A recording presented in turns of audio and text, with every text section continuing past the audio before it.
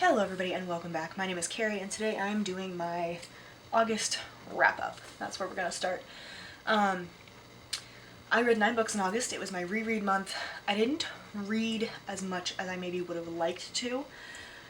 There's so many books I want to reread. So many. Go check out my TBR because I list many of them.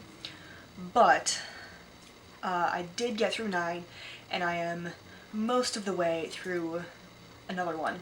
So we will see how many other books I reread just in the course of the rest of the year, because I'm going to reread regardless. But let's start with the one I haven't quite finished, and that is Life and Death in Shanghai by Nian Chang. This is an autobiography, a memoir.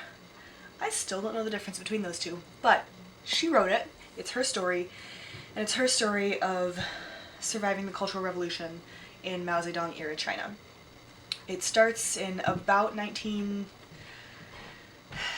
she's imprisoned in 1966 and is released in 53, so she spends about 6.5 years.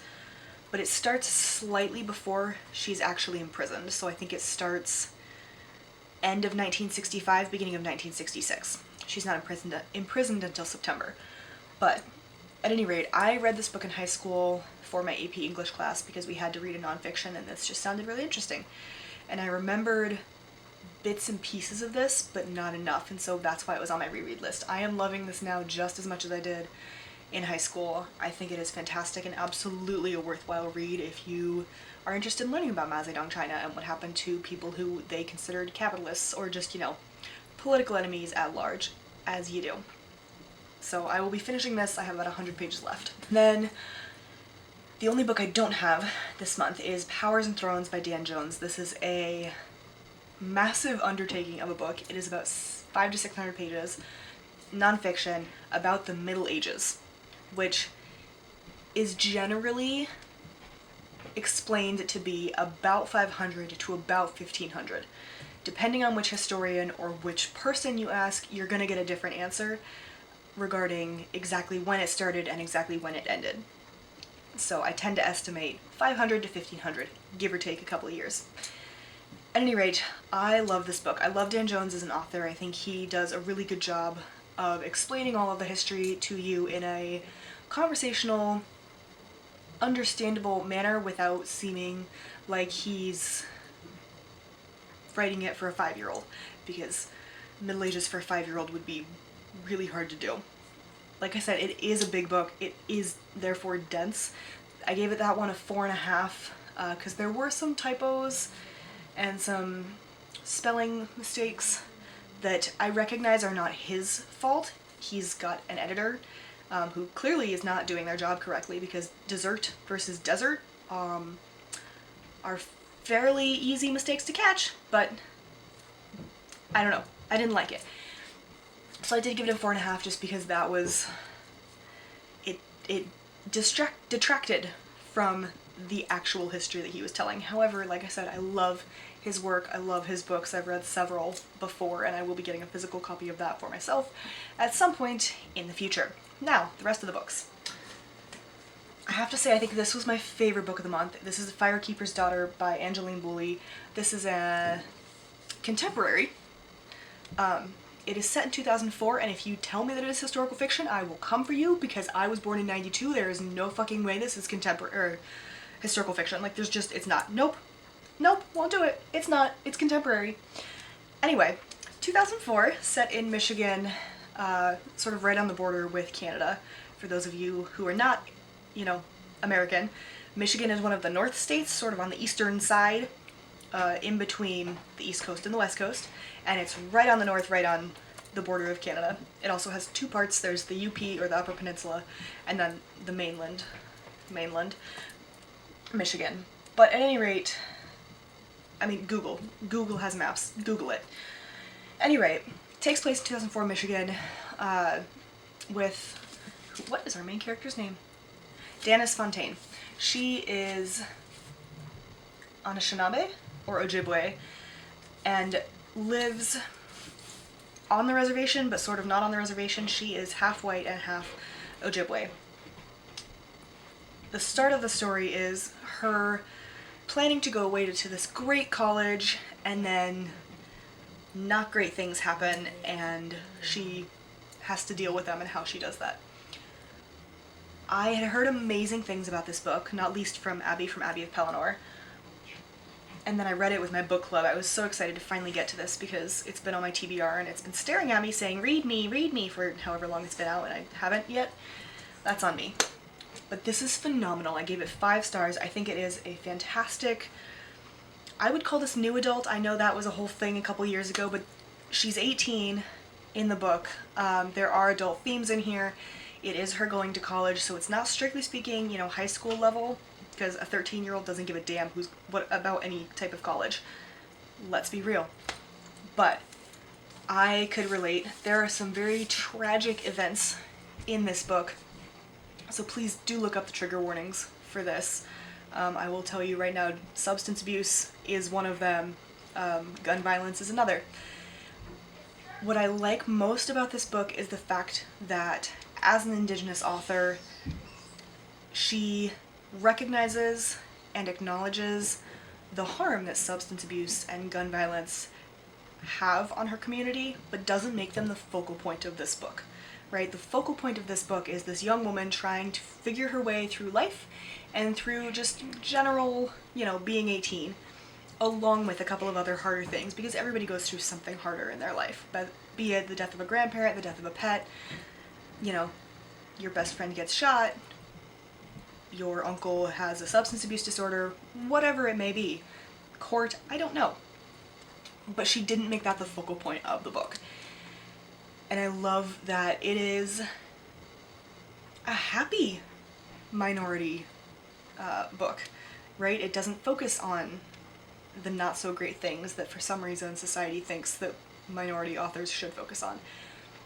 So I absolutely adored this book. 5 out of 5 stars. I wanted to pick it up again immediately. I didn't, because every time I do that it ends badly, but I will be rereading this in the future. And the other book that was not a reread for me, I didn't really reread a whole lot, was The 4 Tendencies by Gretchen Rubin, which I gave a 3 star. This I'm borrowing from my cousin on my mom's side, and it is basically dividing people up into 4 categories: questioner, rebel, upholder, and obliger. And so it's read on the back in circles, Kari. It's fine. It's a nonfiction, if I didn't say that already. And I think there are a lot of good points in this book. I think she oversimplifies things. I think she doesn't permit people to have any gray at all, which I have a big problem with. I also think the test that she provides in here is not a good test, because she switches from multiple choice to true-false statements and doesn't give more than, I think it's like obligers, the answers essentially. So I didn't love that. However, I do think it was very interesting in the terms of looking at these personality traits and even around to my own life, right? Oh, well, what is this relative? What is this friend, this coworker? And oh, I can see that.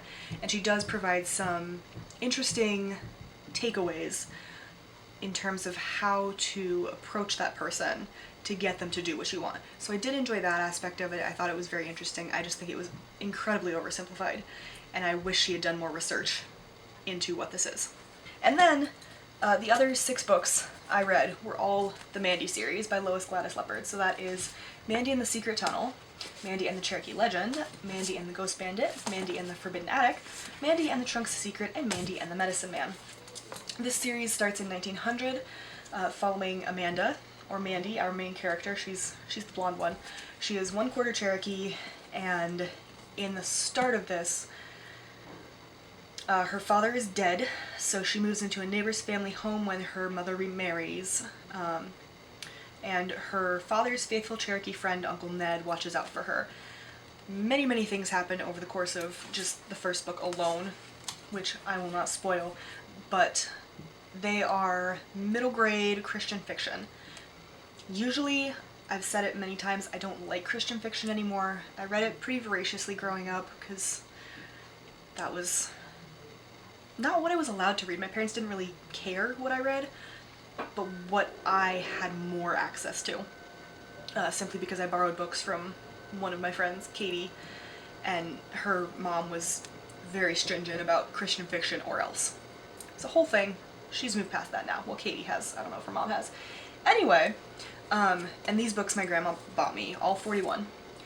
They, like I said, they are Christian fiction. However, they are not hit you over the head with an anvil Christian fiction. There's not really any sort of evangelizing trying to be done in these books. It's just a fact of her life. She prays when she's scared, and they go to church.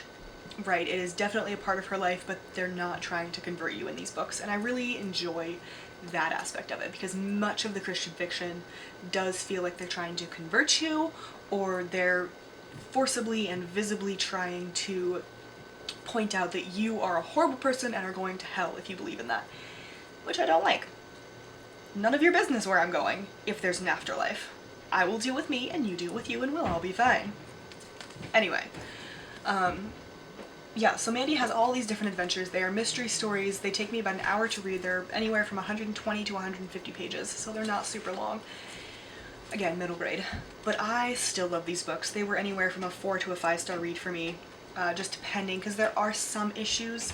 To my knowledge, Lois Gladys Leopard is a white person, and while Mandy is 3/4 white, there are some obviously indigenous elements. She's, you know, she has some adventures with her Cherokee kinspeople, and again, and so there is a bit of that. Overall though, I think she does a good job with it. I'm not an indigenous person, so go find some indigenous reviews of these,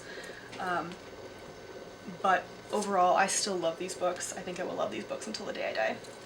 That is all of 9 books that I read in August.